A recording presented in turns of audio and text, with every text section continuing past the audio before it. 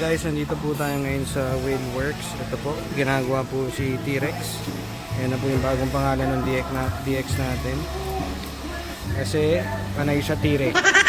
So kailangan gawa ka ng gawa. So papalitan natin ngayon yung mga pang-ilalim since makakalampag siya and para maayos natin yung mga shocks niya. So ayan guys, kung makikita nyo, kinalas na po natin yung mga shocks niya.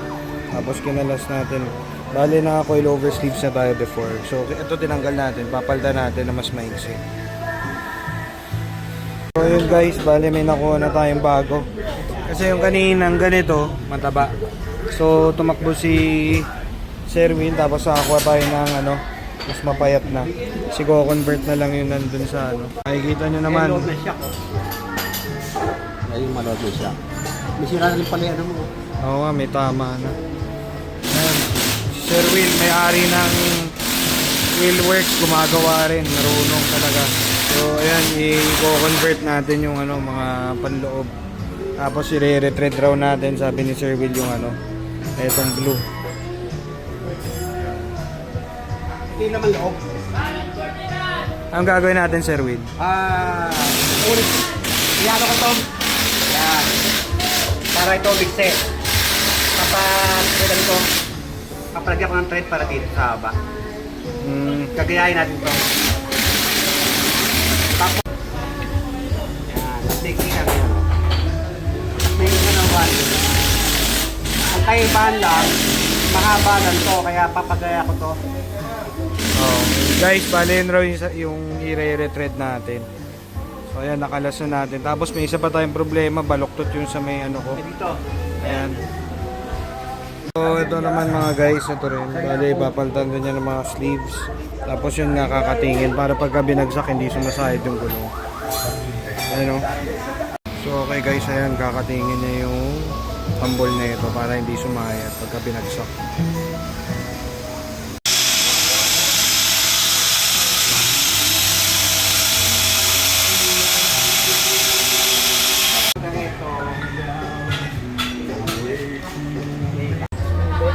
Ipit.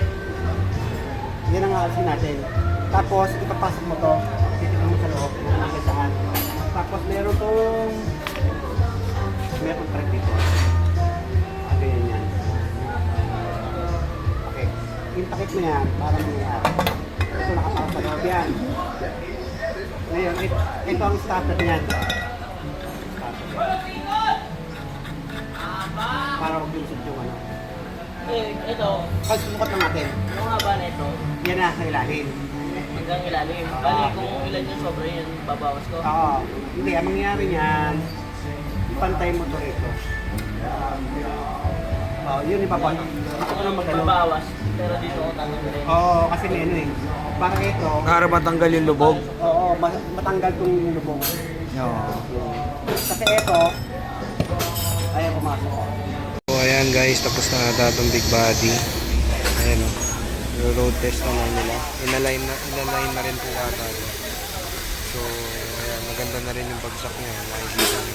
So ayan guys, pinag-uusapan nila Sir Will kung paano na i-convert. Tapos yun nga, yung may lubog doon, tatapyasin na rin natin since i-exyan natin yung dito.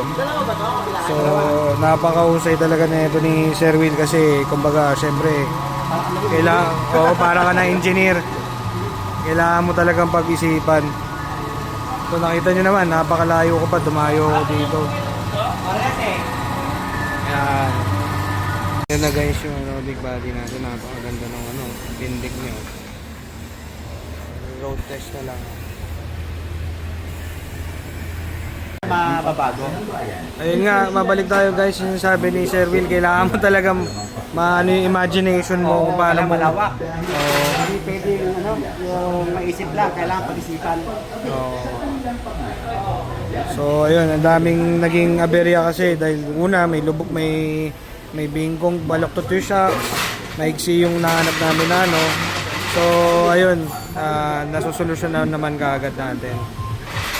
Excited na ako matapos tong DX natin. So ayan, nakita nyo, ayan may-ari ng shop, siya tumatakbo, siya gumagawa, marunong.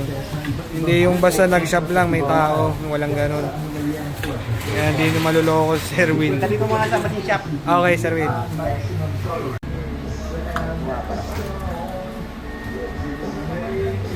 Ang pwede mong pang kapag mamaya, pandiretso mamaya. Ito pang mamaya, para pantay. Ay, kabit na Ito yung natin kanina, yun. Diba? Parang ulit na. Parang ano na. Ano nga sa ano? So ayan guys, kung makikita nyo, nandyan pa rin si T-Rex. Dahil pinaretread natin yung bagong shocks natin. Tapos ayun, ang dami na naman bagong customer ni Sir Will. So ang bilis lang nung pagkakagawa niya ng mga sasakyan. In out kaagad. So kanina iba yung mga kasabay ko. Medyo natagalan lang yung sa akin kasi nga may kailangan tayong i-machine shop.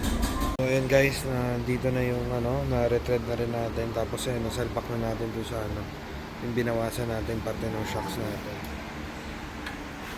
Ayan, dumating na siya.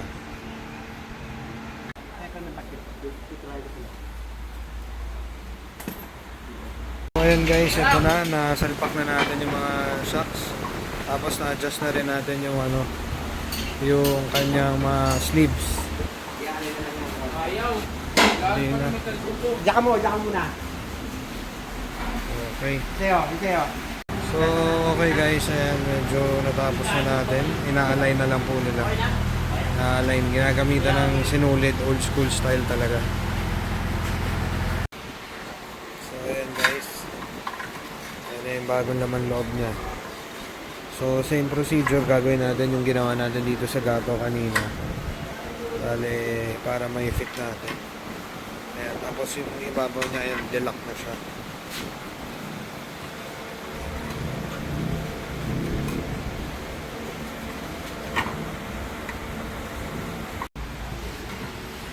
So ayan guys, sinushoot na natin doon sa mounting ng shocks. Alright.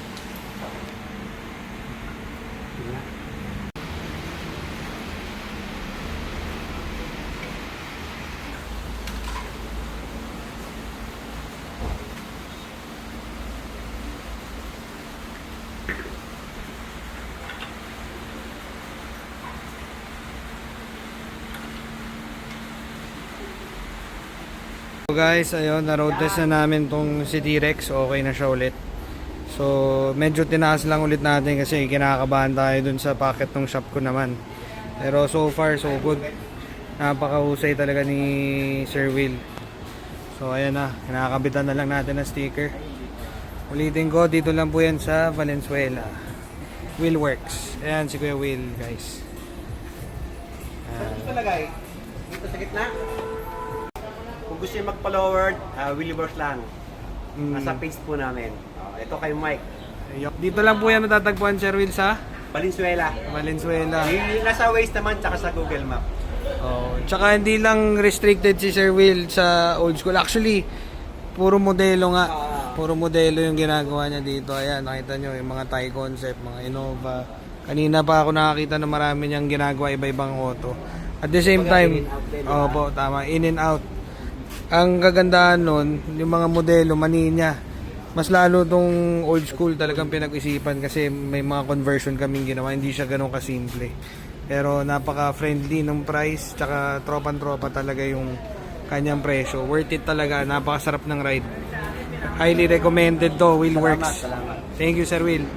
Sa ulitin.